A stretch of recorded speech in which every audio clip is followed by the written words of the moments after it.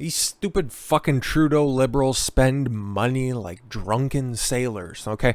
This is legitimate and this is real, okay? It's not really legitimate, but it's, it's something that's actually happened. Trudeau liberals fork out over $50,000 to ask 32 people a question. This is real life. This is real fucking life. A Trudeau government spent $53,445 asking 32 people what they thought of Finance Minister and Deputy Prime Minister Christia. I have something that also starts with C, and it's a little bit shorter that we could call her, but you know what, hey, it's a little early in the video. We need to, to at least make people watch for a little bit longer before I drop the cunt. Oh, for fuck's sake. Anyways, Freeland's first budget, according to BlackRock's reporter. Amongst these 32 people, the Department of Finance discovered that seniors in particular were concerned for the economy under Trudeau, saying Freeland was spending like she had a money tree. Oh my god. And it took you $53,000 to figure out that she likes to spend money. Okay. A group of 32 was not overly confident in the government. Again, what are you supposed to glean from a poll of 32 people? It's like if a government would be stupid enough to take policy decisions from a Twitter poll. Oh, fuck. I really have no confidence this is sustainable, said one senior. The $50,000 allowed researchers to draw the following conclusions from the senior's remark. Many seniors admit to being skeptical about this budget. Half said the country was heading the wrong direction. It cost them $50,000. Cool. How are you going to pay for that? Okay, well, it's not going to be from the oil and gas sector because Trudeau's fucking closing up shop.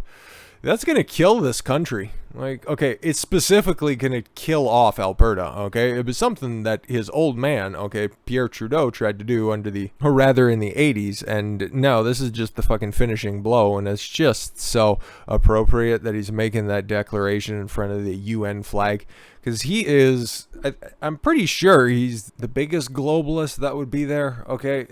He's an embarrassment of epic proportions, but people in the GTA area really love him, okay? Trudeau pledges to destroy the Canadian oil and gas sector. It's maybe a little bit hyperbolic, but it's accurate. Prime Minister Justin Trudeau will place a cap on emissions from Canada's oil and gas sector, which will effectively decimate part of. Okay, because we got a little bit of a breakdown, okay? Canadian economic contributions as the sixth largest producer of natural gas and the fourth largest producer of oil in the world. Canada has hit the opportunity to provide responsibly produced oil and natural gas to meet the demand while driving job creation and economic growth here and at home. Everybody in Grand Prairie, okay, I can't speak about anywhere else. You could also talk about Calgary, Edmonton, everywhere north of Edmonton, pretty much is like 1 degree at best away from the oil and gas industry if you don't work specifically for it, okay? I've worked in it for years, okay, prior to taking on this endeavor, okay? Father's worked in it for, oh my god, I was in junior high when he hopped back in, but from high school forward, he was in the oil and gas industry. He went through Trudeau's seniors fucked up regime, okay, that decimated the province for a decade. And everybody else, especially in this neighborhood, okay, you have so many company vehicles that it's just impossible to see anybody else. If this is a successful policy that Trudeau is putting forward, any of those vehicles still being here in 6 to 8 months. This is just ridiculous because the oil and gas industry is the economy in Canada. Canadian oil and gas provides $105 billion to Canada's gross domestic product in 2020, supported more than 500,000 jobs across the country in 2019, and provided $10 billion in average annual revenue for governments to for the period 2017 to 2019. This revenue helps pay for roads, and they do a bad job with all three of these things: roads, schools, and hospitals. Over the next 6 years, apparently, the oil sands industry is expected to pay an estimated $8 billion in provincial and federal taxes. Almost every region in Canada has benefited from oil sands development, thanks to equalization payments, by the way. And yeah, they've removed Alberta out of this because we make all the money. We make all the money, and we will bear the fucking brunt of the brutal attack on the economy. But yeah, this is what's getting left on the table, and of course this will be linked in the description if you guys want to read a little bit more of a comprehensive review. But the key facts are, it is a forecast that the natural gas industry will generate $250 billion in economic impact over the next 10 years. Not fucking likely. Taxes paid to the federal and provincial government from the upstream natural gas industry will almost amount to $11 billion over the next 10 years. No, that's fine. We're just going to go ahead and do the solar panel, because that works in northern areas where we're going to have, like, for the next 4 months for sure, 10 hours of sun, maybe, and maybe 3 or 4 days of the week might have adequate time in order to charge them. It's not feasible up here, okay? And wind turbines, go fuck your mother, okay?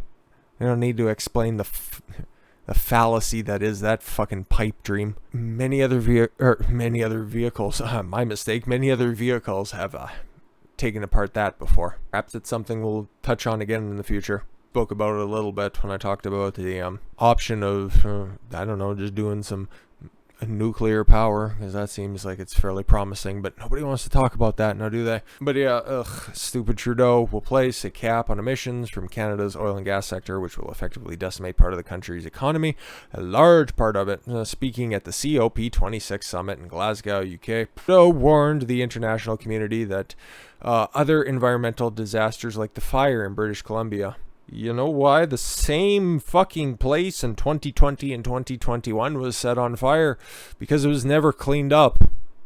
But no, it's because of climate change, right?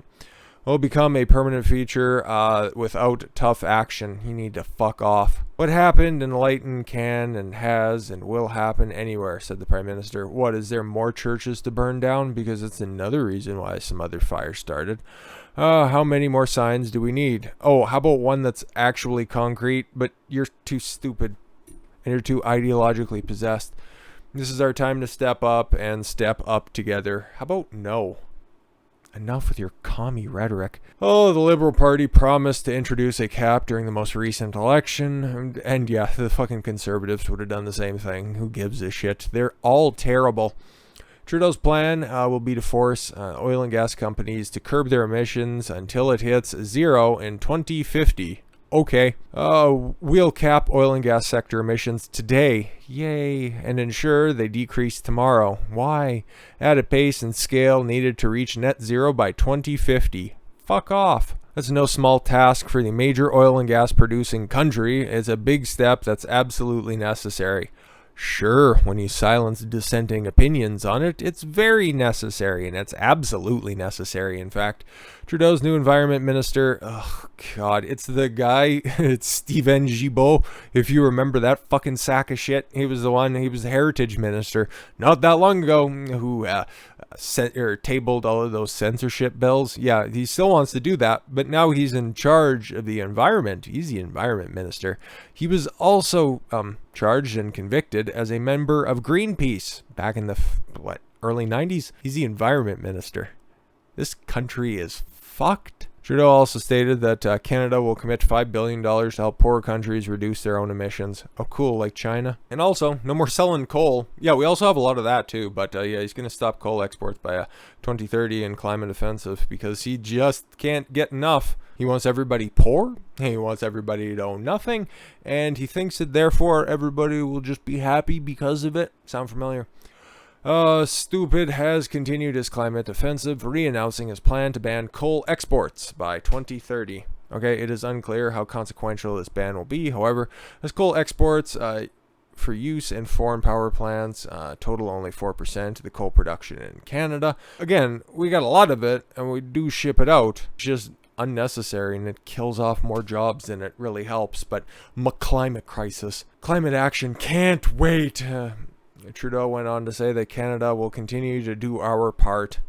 No, you'll force us and you'll just fucking kill off industry, and it doesn't really much matter if the economy doesn't read the way that you would like it to. You'll just go ahead and work the numbers in order for them to really fit your narrative of the future. He's such a kind man. Despite Trudeau's chest thumping, Canada's coal exports are used largely in the production of steel, which as some keen observers have noted, is required in the manufacturing of clean energy products. Yeah, again, if you just do more than surface level research on this shit, you're doing a lot more than the people trying to implement these policies. And last but not least, I wish it was least, Trudeau says even more ambitious climate measures will come in the future. Like what? Personal regulation? Oh, fuck, that's probably it. After announcing a cap on oil and gas, whatever production, zero emission by 2050, and pledging to ban coal, Prime Minister Justin Trudeau on Tuesday said that countries will continue to push each other to be even more ambitious. I wish somebody would push you and be quite ambitious about where they push you, how hard they push you, how far the fall is. I think one of the things we recognize is that we're going to need to be continuing to push our levels of ambition. I wish you'd direct this energy in something productive instead of meddling. And you don't give a fuck about veterans. Why are you even bothering worried to Poppy? You fucking tool. What we're doing by pushing hard now is pushing and pushing and pushing. Is that what you tell your boyfriend to do? Which we decide right here is going to be important. But as we continue to push and be even more ambitious, again, just ambitious and push and things and regulations, and we don't want to take anything off the table, and more cliched horseshit. All you need to know is today the lights are on, tomorrow, I don't know, maybe for a few hours a day, I don't fucking know, but climate crisis is here and it's very important. We got to take this seriously. So yes, I am confident we are going to be able to stay on track for the 1.5 degrees, because apparently if we hit 2 degrees of global warming, 2 degrees Celsius, we're just all gonna fucking self-immolate, and we're all just gonna die. That's what the same people who make those prognostications also said, that every mountaintop would be free of ice and snow.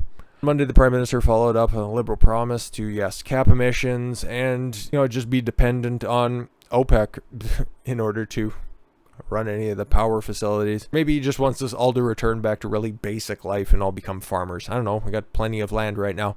Till he wants to fill it up with a bunch of fucking Middle Eastern immigrants. Fuck this place. I'm planning my way to get out of here.